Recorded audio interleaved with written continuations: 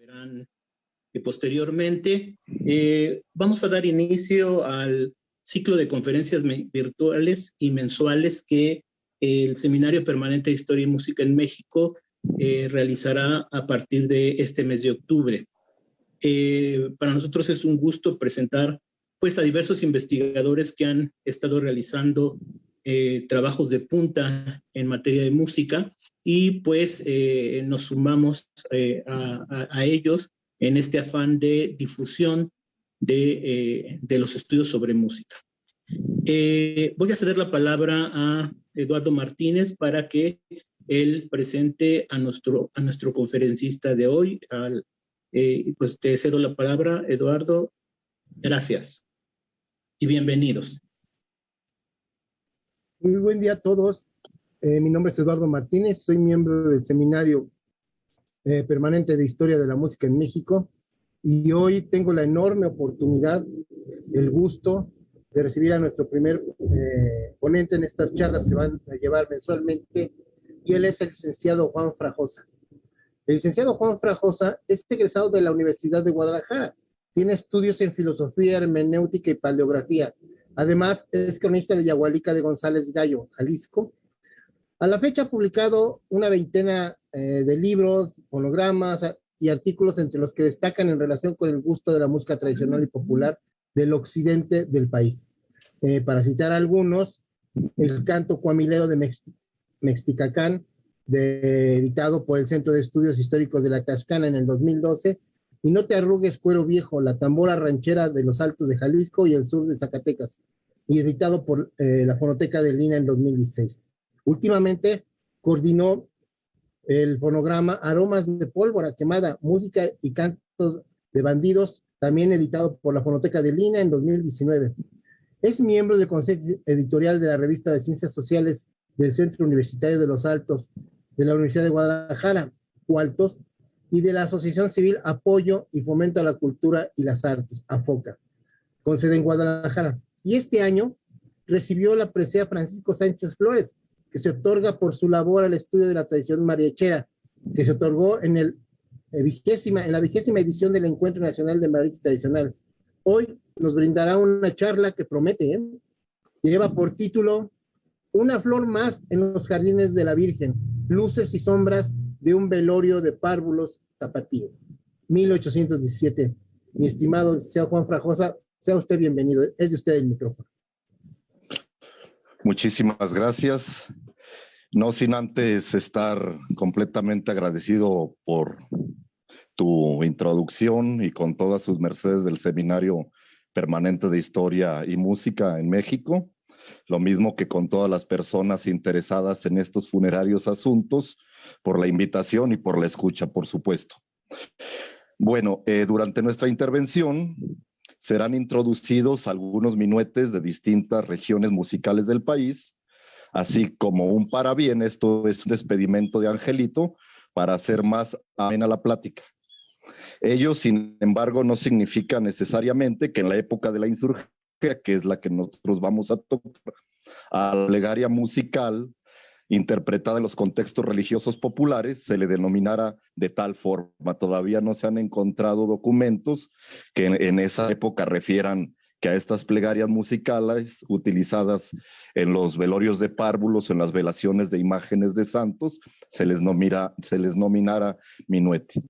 Pues bien, como sabrán, tras varios años de trabajo de campo y archivo aquí en los Altos de Jalisco, a partir de 2013 comencé a publicar y hablar no solamente sobre los contextos seculares de la interpretación de las músicas tradicionales, sino también de los religiosos, siendo uno de ellos el velorio de párvulos. Y como han de recordar, en el pasado congreso del seminario fue presentada una síntesis de la tesis intitulada Imagen, Música y Símbolo, el rito funerario de Angelitos entre 1827 y 1970, la cual trata sobre la interpretación de la fotografía funeraria, los elementos simbólicos característicos en ellas contenidos y la función que tras la muerte cumplía y cumple aún en muchos espacios rurales el angelito para con la familia y los padrinos. precediendo, por supuesto, esta ritualización de la que vamos a hablar, consistente en la interpretación de minuetes, el parabién o despedimento y finalmente la celebración, el fandango. Y aquí no dejo de tomar la oportunidad para anunciarles que tras problemas técnicos y luego pandémicos, pues ya está en prensa el libro, que contiene todos esos menesteres y próximamente ya estará en circulación. Bueno, en pasadas intervenciones hemos destacado la dificultad de localizar expedientes judiciales en torno a los velorios de ángeles o angelitos o párvulos, porque si bien en algunos reglamentos de policía y buen gobierno decimonónicos se explicita que debían aplicarse medidas restrictivas o prohibitivas para combatir la inmoralidad, el alcoholismo y la criminalidad, en realidad la cuestión se movía entre el higienismo, el liberalismo y las ideas ilustradas. De los cerca de 3.500 expedientes judiciales que han podido ser consultados en distintos repositorios de los altos del siglo XIX y hasta 1930, solo se ha podido conseguir un expediente tocante a velorio, mientras que el fandango como diversión eminentemente secular son 113.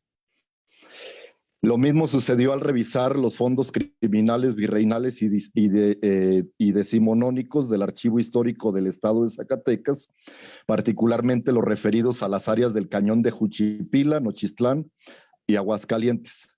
De los 110 ubicados de fandangos y otras diversiones como carreras de caballos y corridas de gallos, que ahora le llamamos palenque, igualmente solo pudo ser conseguido uno más de 1866. Entonces, los expedientes criminales relacionados con los velorios pasan a corresponder para el estudio como una pequeña joya de la corona, que si bien por una parte arrojan importantes datos para emprender el estudio de las tradiciones funerarias relacionadas con las músicas y comenzar a comprender la continuidad, la transformación e inclusive la caducidad de la práctica, a la vez hemos tenido que trabajar sobre hipótesis, varias de hecho, porque prácticamente hasta donde nuestro saber y entender alcanza, si bien ha sido referido el velorio en distintos textos y por distintos investigadores, nunca han sido ubicados desde el plano judicial con una fecha, un desarrollo y un contexto concreto. Por supuesto, aunque en el levantamiento judicial no se explicitan necesariamente los elementos inherentes a las secuencias de acciones ordenadas del velorio, es decir, de qué manera se va desarrollando, porque la finalidad de las pesquisas era recopilar las pruebas para administrar justicia. Por el contrario, sí se arrojan importantes datos incidentales sobre los músicos, los participantes y en mayor o menor medida sobre estas secuencias de acciones. En el caso de Guadalajara, al igual que para los demás que hemos trabajado, primero localizamos prohibiciones y críticas que los propios expedientes. De esta manera, en el reglamento de policía aprobado por el Ejecutivo del Estado el 3 de agosto de 1863, que tuvo con pequeñas variantes aplicación en todas las municipalidades que integraban el Cantón de Guadalajara, se renovó la prohibición de esos bailes inmorales que se hacen a la vista de los cadáveres de los párvulos y que entre la gente del vulgo se conocen con el nombre de velorios. Esta proscripción en un marco ya general del territorio sería amplificada por la ley sobre la Policía General del Imperio en 1865, asentándose en el artículo 72 lo siguiente. Quedan rigurosamente prohibidas en todas las poblaciones del imperio las diversiones o bailes llamados vulgarmente velorios, que suelen tener lugar con motivo de la muerte de los párvulos, es decir, casi igual a la anterior. Dicho de otra manera, se le estaba aplicando el artículo 67, en que se asienta que solo debían ser permitidas en el imperio todas las diversiones que no repugnen a la moral, al decoro público y a la cultura del siglo, y que no tengan por especial objeto ofender o ridiculizar a la autoridad o a determinada persona. Fuera de ello, en el Diario de Jalisco, en su número correspondiente al 18 de julio de 1888, encontramos la siguiente noticia. Ignoramos en qué lenguaje y en qué tono hablaremos para ser oídos de la Junta de Salubridad en lo relativo al entierro de cadáveres. Ya en otras veces lo hemos dicho, es antihigiénico y peligroso que vayan descubiertos los cadáveres de los infantes que conducen al panteón. Y sin embargo, aún sigue esta costumbre, como lo presenciamos ayer por la calle de Belén. Si fuera porque los padres no tienen el importe del cajón para la criatura, o porque creen que sus hijos son angelitos que van a hacer compañía a la Santísima Trinidad y que en el cajón no pueden desplegar las alas para remontarse al cielo, la Junta de Salubridad debía sacarlos de este error, obligándolos a que encerraran sus muertitos muy bien guardaditos. ¿Seremos oídos?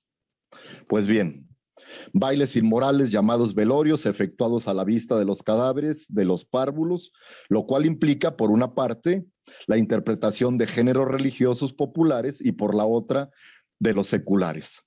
Además, por el artículo se constata que a pesar de las prohibiciones, todavía en la década de 1880 los cadáveres de párvulos eran llevados descubiertos, entre otros a su final morada en el Panteón de Belén, ubicado al lado del hospital del mismo nombre que todavía funciona hasta la fecha. Pues bien, este expediente del que vamos a tratar se encuentra en el archivo de la Real Audiencia de Guadalajara y pues aquí se agradece la intervención del diácono José Manuel Gutiérrez Alviso por hacer las gestiones necesarias para conseguir documentos ahorita en estas fechas inciertas. Bueno, vamos a hablar sobre la chamusquina de ese velorio y luego al final vamos a hablar sobre las derivaciones que podemos hacer a través del expediente. Bueno, muy quitado de la pena alrededor de las 10 de la noche del 12 de mayo de 1817, don Apolinario Llamas, alcalde menor del barrio de San Diego, allá por la Capilla de Jesús, iba por la calle ya de retirada para su casa. Sin embargo, de repente encontró a un hombre que corría con un garrote en la mano y sospechando de él, lo contuvo para informarse a dónde iba tan deprisa y por qué portaba aquella arma. Mientras lo interrogaba, a los pocos momentos pasó otro individuo corriendo e igualmente lo detuvo y aquel le dijo que iba a traer un padre para que confesara a un herido.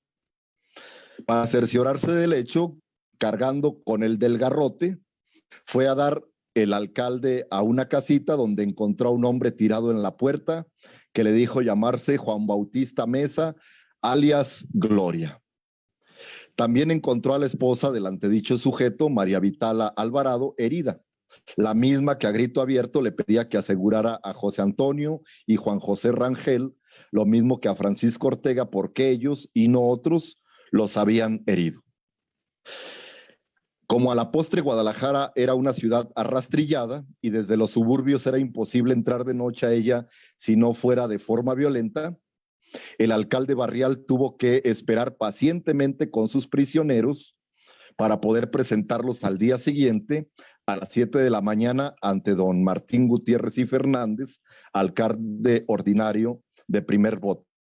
Los rastrillos, si han visto estas películas medievales, los rastrillos son unas puertas que llevan rejillas de madera o de fierro que se elevan o se bajan según la necesidad. Y Guadalajara, durante la época de insurgencia, fue arrastrillada completamente el casco central de la ciudad para contener que entraran personas en la nocturnidad y también para defenderse de un posible ataque insurgente sobre la ciudad después de la entrada del Amo Torres y de Miguel Hidalgo.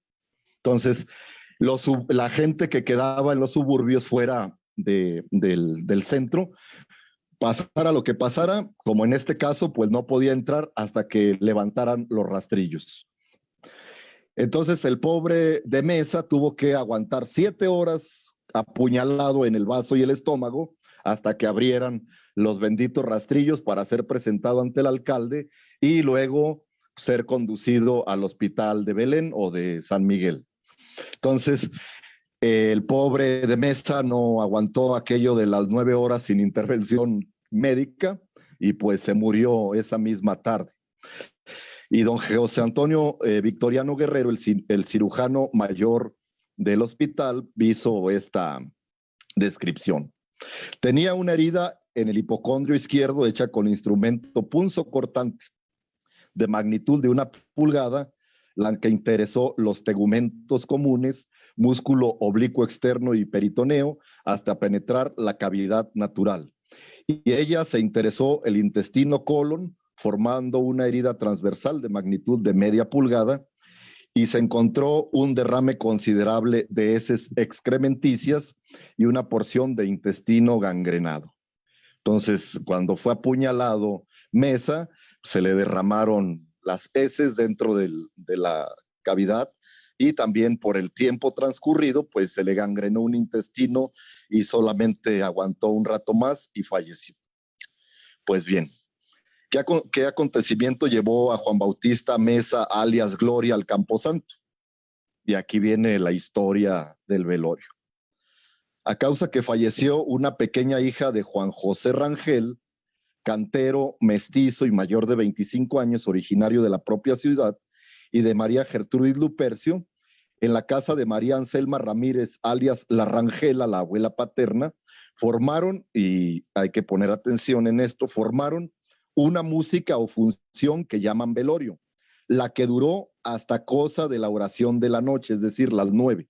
Y habiendo continuado tocando en una guitarra una vecina del que expone, nombrada María, llegó a su ya citada casa Francisco Ortega con el objeto de quedarse en ella porque ya estaba cerrado el rastrillo. Bueno, mientras se efectuaba el velorio, la parte netamente religiosa, comenzaron a tomar bebidas embriagantes los varones, tal como lo recalca en su declaración el propio Ortega. En efecto, el declarante y los demás se hallaban ebrios, menos las mujeres. Entre la concurrencia se encontraba Margarito Guzmán, sobrino político de María Josefa Ojeda. Luego de que comenzó el fandango en sí, es decir, cuando termina la parte religiosa y ahora sí comienza la celebración con el fandango, este Margarito sale un momento, va a la casa de su tía, la Ojeda, y le dice: anda bailando una puta, y perdón por la palabra, así dice el documento, sin saberse a qué se debió particularmente su expresión o en qué sentido, si lo dijo alegre o molesto. Como Ojeda le observó que estaba ebrio, quiso contenerlo para que no volviera a salir de la casa, sin embargo no pudo hacerlo. Así que a los pocos momentos salió Guzmán nuevamente a la casa de la Rangela, donde estaba el velorio fandango, y aquí fue el principio de la cuestión. Según declaró María de la Concepción Saucedo el día 30. Habiendo ocurrido la que expone en compañía del finado Juan Bautista y la mujer de este a la casa de María Anselma Ramírez, alias La Rangela, a tiempo que estaban sentados divirtiéndose con una guitarra chica que tocaba una ciega, es decir, María, llegó Margarito, cuyo apelativo ignora, y convidó a la que declara para que saliese a bailar con él, a lo que se opuso el finado su compadre, diciendo que su comadre no había de salir a bailar. A lo que repuso Margarito que por qué no había de salir, que si él la mandaba. Y contestándole el finado que sí, supuesto que era su comadre, se asilenció y quedó quieto sin hablar una palabra.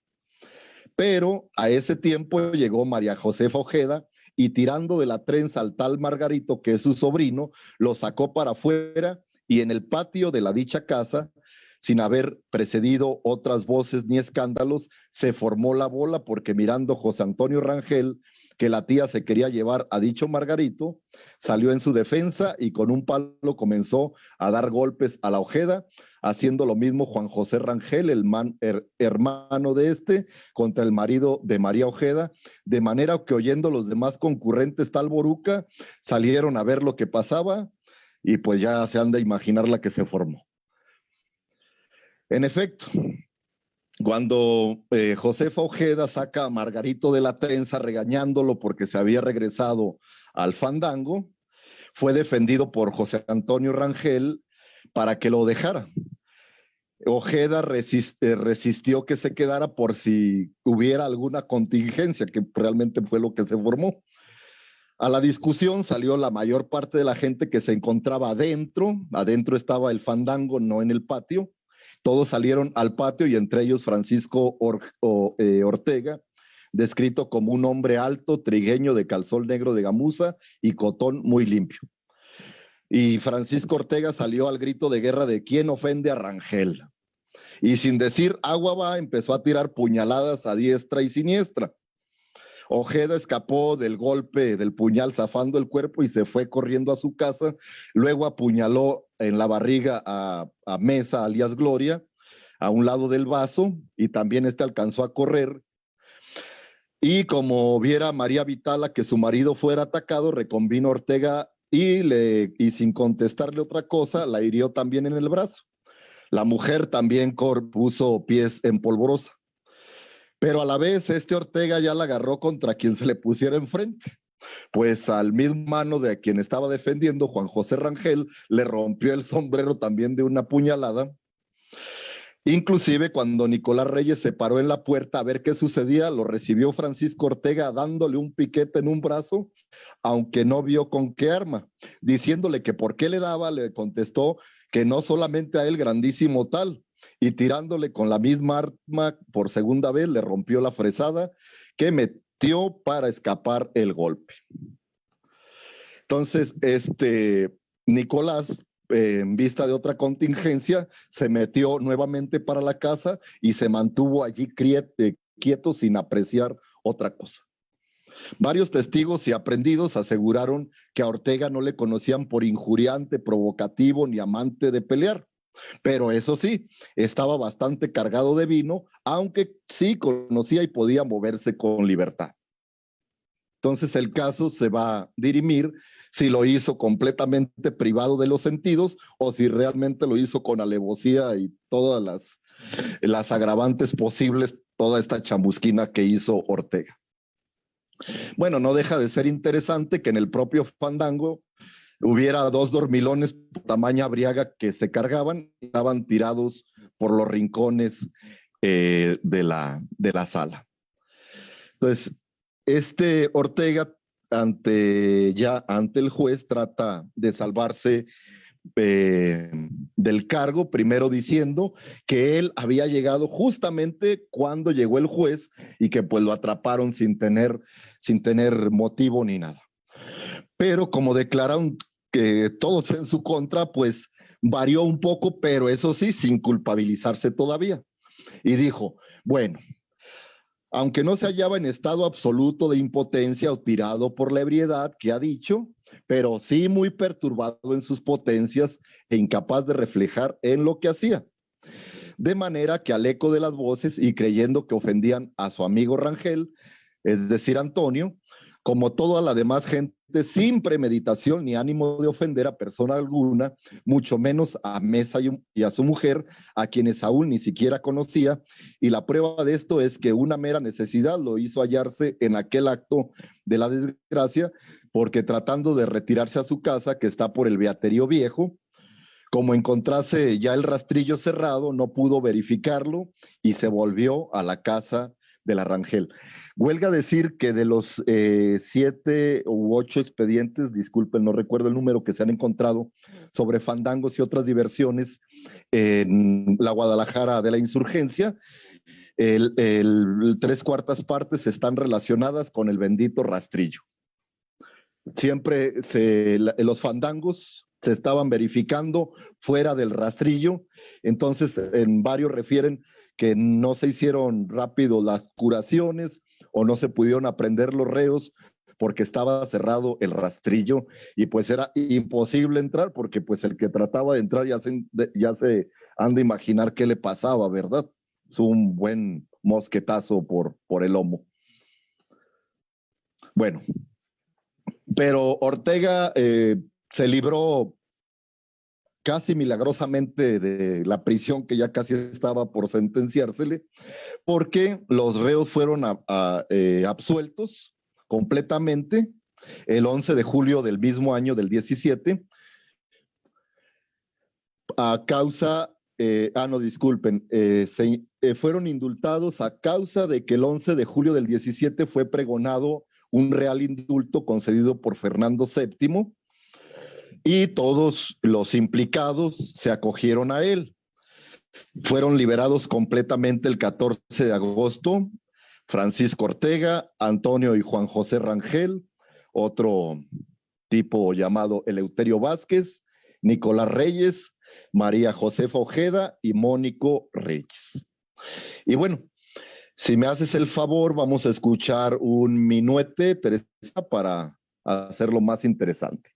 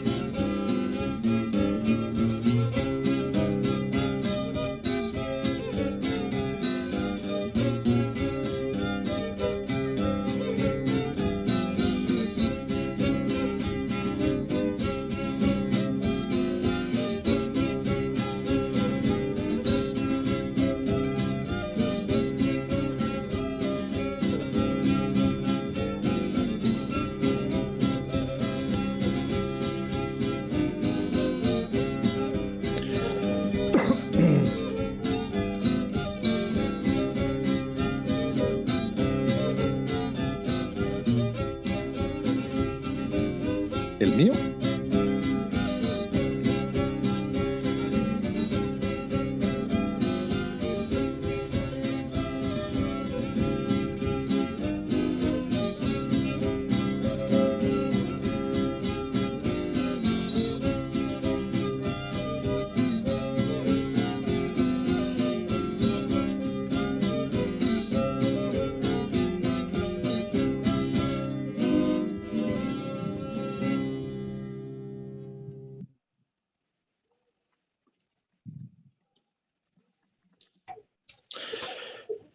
Pues bien, no sé si me podrías decir cuál fue el que se transmitió, Teresa.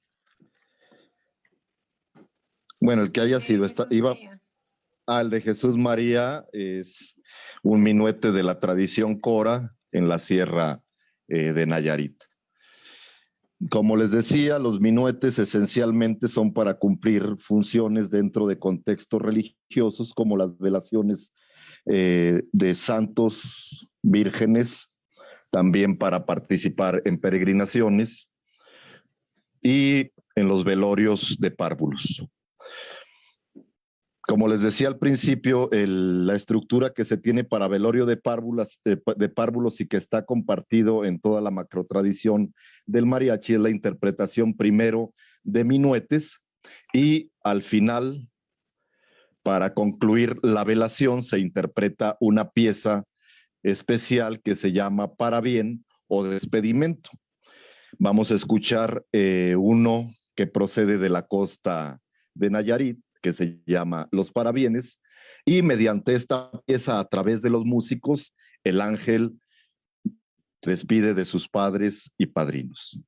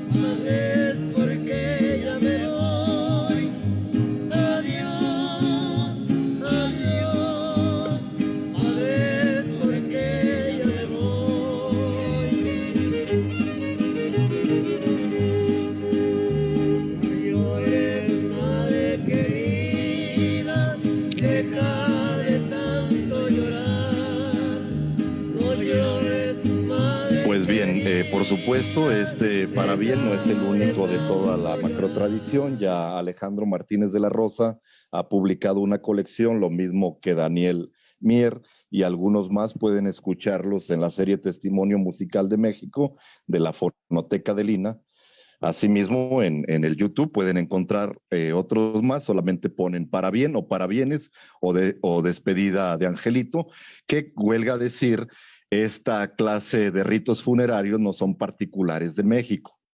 También se pueden encontrar en zonas rurales en España.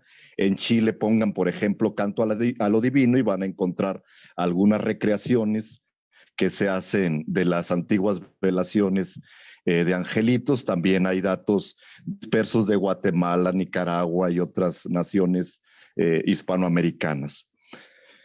Bueno, entonces ya explicamos qué fue lo que sucedió y ahora cuáles son las derivaciones de nuestro caso.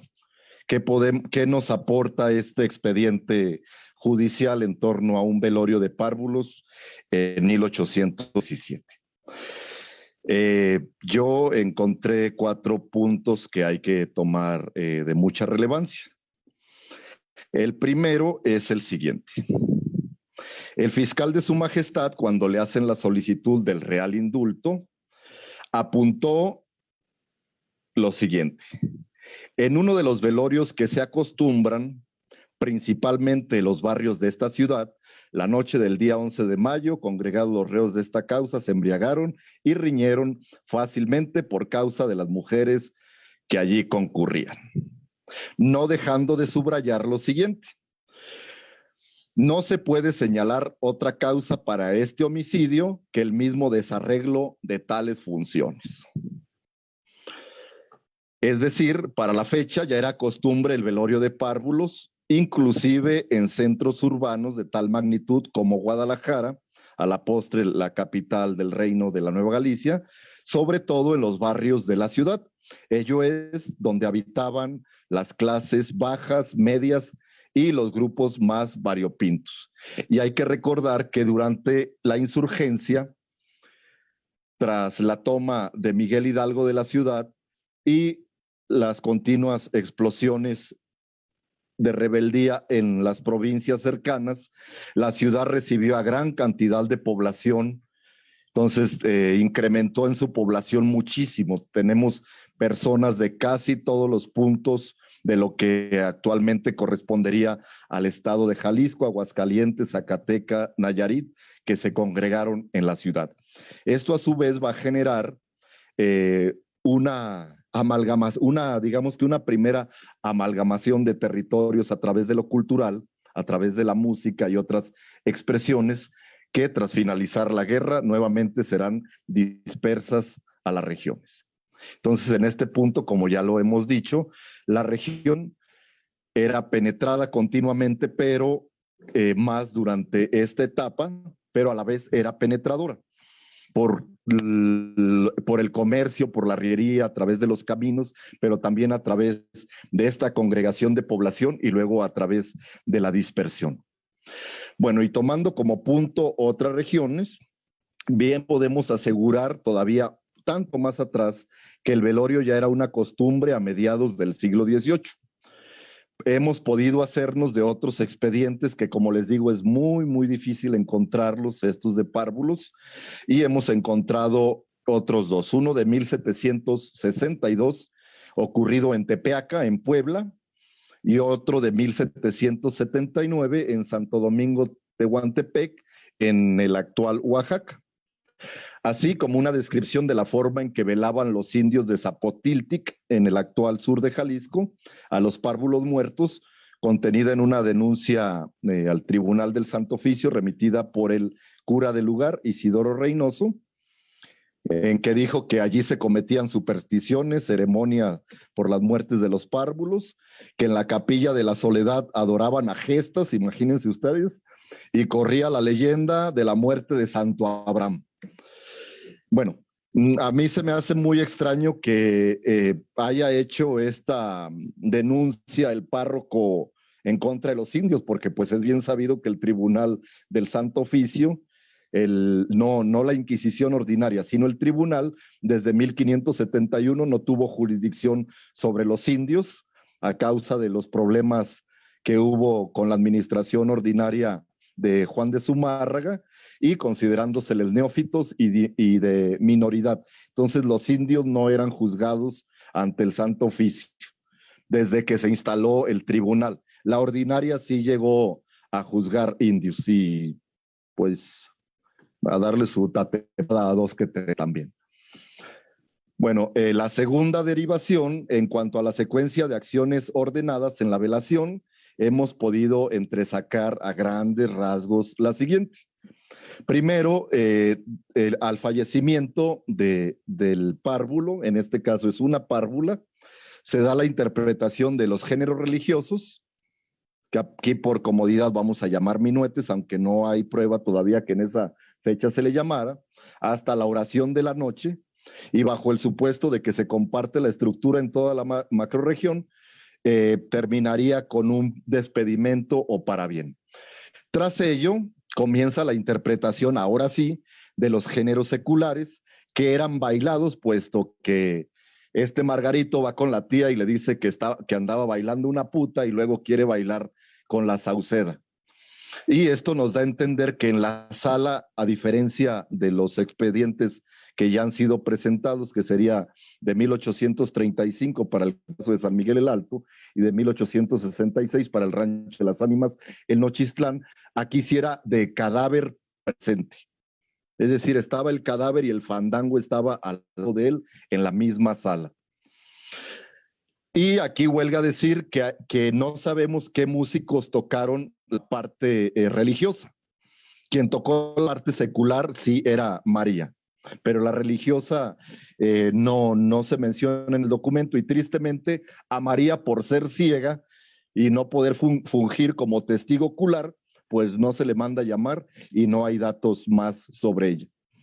Y se constata de que fue de cuerpo presente porque la partida de entierro es del día siguiente, es decir, del 12 de mayo, después de que sucedió la tragedia, donde según la partida en la parroquia del Dulce Nombre de Jesús, que estaba ahí por ese mismo barrio de San Diego, se dio licencia para sepultar de limosna en el Camposanto de Belén a María Manuela, india de 4 años de edad, hija legítima de Juan Rangel, y María Gertrudis, que murió de fiebre habiéndolo firmado el presbítero José María García. Esto no se encuentra en el expediente, esto ya está en los libros de la parroquia.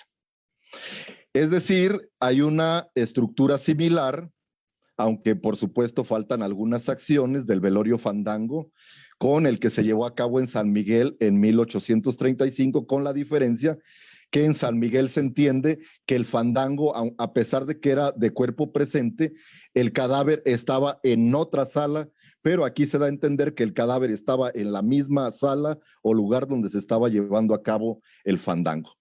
Lo cual refuerza una de las tesis que hemos seguido, que a causa de las prohibiciones surgidas tras la independencia, tuvieron que darse transformaciones obligatorias dentro del ritual funerario de párvulos, tal como luego lo encontramos en 1866 para el caso de las ánimas, en que el velorio se lleva a cabo, luego es enterrado el cadáver y al día siguiente, el mismo día que es enterrado el cadáver, es cuando se dispone la celebración, el fandango.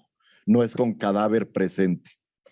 Y bueno, la tercera es que a diferencia de los expedientes judiciales,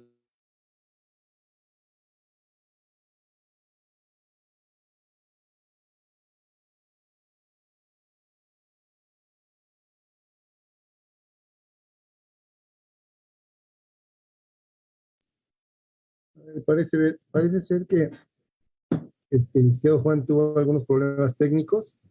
pues tuve una llamada loca. ¿Ya me escucho? Disculpen. Sí, te escuchas. Perdón, me entró una llamada y no le puse el bendito silenciador. Bueno, disculpen. Bueno, lo que les decía, que a diferencia de los expedientes judiciales posteriores a la independencia, todos los virreinales poseen la calidad de las personas. Nuevamente, Juan, se apaga tu micrófono. ¿Se apaga? Sí, Va. ya te escuchamos otra vez. Sí. No te vemos, pero te escuchamos. Perdón, es que no sé para qué. Otra vez te fuiste de sonido e imagen.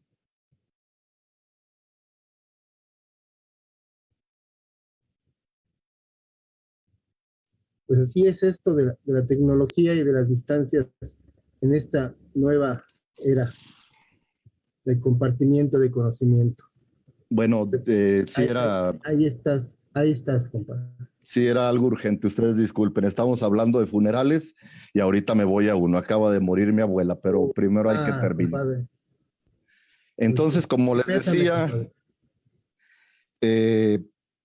se dice la cantidad, la calidad de las personas, en este caso, en el velorio hay indios, mulatos, coyotes, mestizos, y eso es todo. Es decir, que también ya hay una gran mezcla entre los distintos grupos sociales dentro de los divertimentos y también dentro de los contextos religiosos. Están todavía amalgamando todas esas fuerzas musicales que derivan de las distintas calidades y de las distintas procedencias. En cuanto a los oficios, encontramos albañiles, canteros y No te preocupes. y un disculpen, es que me están marcando para avisarme. Sí. Y las personas que estuvieron ahí fueron niños desde 3 años de edad y la mayor que tenemos hasta 50, lo cual a la vez nos da cuenta de cómo hipotéticamente podemos seguir este hilo de compartir la tradición. Si gustas, Juan, Sí. pues ahorita dejamos esto aquí. Deja terminar Okay. Y ya lo que sigue. Ya vamos a terminar, nomás que dame un momento. Ok, adelante. Y la cuarta derivación, ya para terminar con toda esta cuestión, espero que ya no llamen. Pese a la iconocidad en los contextos regionales, en realidad a la mujer no se le ha dado el correspondiente lugar como agente de la continuidad y la transformación de las músicas. Aquí ya tenemos a María, la ciega, sin apellido tristemente y sin mayores datos, de que es una intérprete dentro del contexto funerario, pero no solamente era ella, también aparece María Saucedo como una posible bailadora que pues no la dejó el compadre y aparece aquella que andan mentando de muchachona de la manta fiada. Entonces, si bien se ha puesto la palestra en los casos de doña Crescenciana Borja para la Tierra Caliente, de Rosa Quirino para la Sierra de Nayarit, o por ejemplo de Francisca Moya Pachita aquí para los Altos, pues es muy necesario comenzar a visibilizar más la participación de las mujeres dentro de todos estos contextos y agentes de la continuidad y la transformación, no solamente ahorita en lo contemporáneo, sino hace un siglo, hace 2 y hace los que sea posible. Y pues por mi parte lo dejo aquí, espero sus preguntas y comentarios. Pues, Juan, siempre es interesante escucharte, siempre te invita a la investigación en los archivos que manejas, que son los judiciales, y yo a nombre de todos te queremos enviar un fraterno abrazo por lo que acaba de pasar. Si gustas, hasta aquí la dejamos, yo después te paso las preguntas, tienes muchos saludos y muchas felicitaciones, y lo podemos postergar, Juan, no te preocupes. No tengo problema. Me gustaría saber sus comentarios y ya luego voy a lo que sigue. Mira, entonces para ella sería un tributo que yo cumpla como se debe.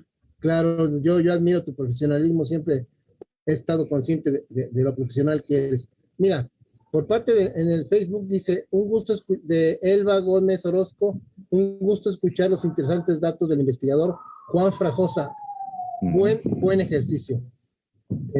Simi Ortega, atentos a tan magistral ponencia. Marina Elizabeth, saludos a Juan Frajosa. El doctor Carlos Vidaurri te quiere preguntar, Carlos Vidaurri Arechiga, ¿es posible acceder a su tesis o a sus artículos? Sí, claro. Entonces, no sé en dónde le puedas orientar. Sí, que ahí en el Facebook que me contacte y ya de los que se han publicado le doy las referencias y libro ya la tesis general que fue presentada el año pasado, ya con todos sus datos y demás, pues ya espero que en un mes, mes y medio ya esté disponible. Mira, yo me comunico con el doctor a través de un correo y le mando tu contacto para que no se pierda. También tenemos del mismo Carlos Vidaurri, que es muy fuerte lo que estás pasando. Un abrazo solidario, maestro. Vale. Jorge Luis Cruz Hernández, saludos desde Córdoba. Y pues no me queda más que otra que agradecerte, Juan. No veo, aquí hay otra. Muchas gracias por parte de Carlos Vidaurri.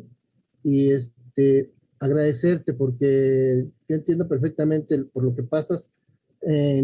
También admiro tu profesionalismo y como lo dije en el principio, siempre es muy, muy grato e interesante escuchar todo esto que hurgas, ¿no? Que hurgas en los archivos y que también lo das a la luz porque al fin y al cabo, pues ahí seguirán, pero hay alguien que tiene que sacarlos. Y qué bueno que eres tú, Juan, y yo te abrazo desde acá a la distancia y también lo hago en nombre de todos mis amigos, compañeros de aquí del seminario. Te agradecemos mucho, Juan, que nos hayas acompañado, hayas aceptado la invitación y pues estaremos en contacto. Claro que sí. Un abrazote, de verdad, hermano. Igualmente para servirles. Muchas gracias. Si gustas, Tere, podemos despedir la transmisión.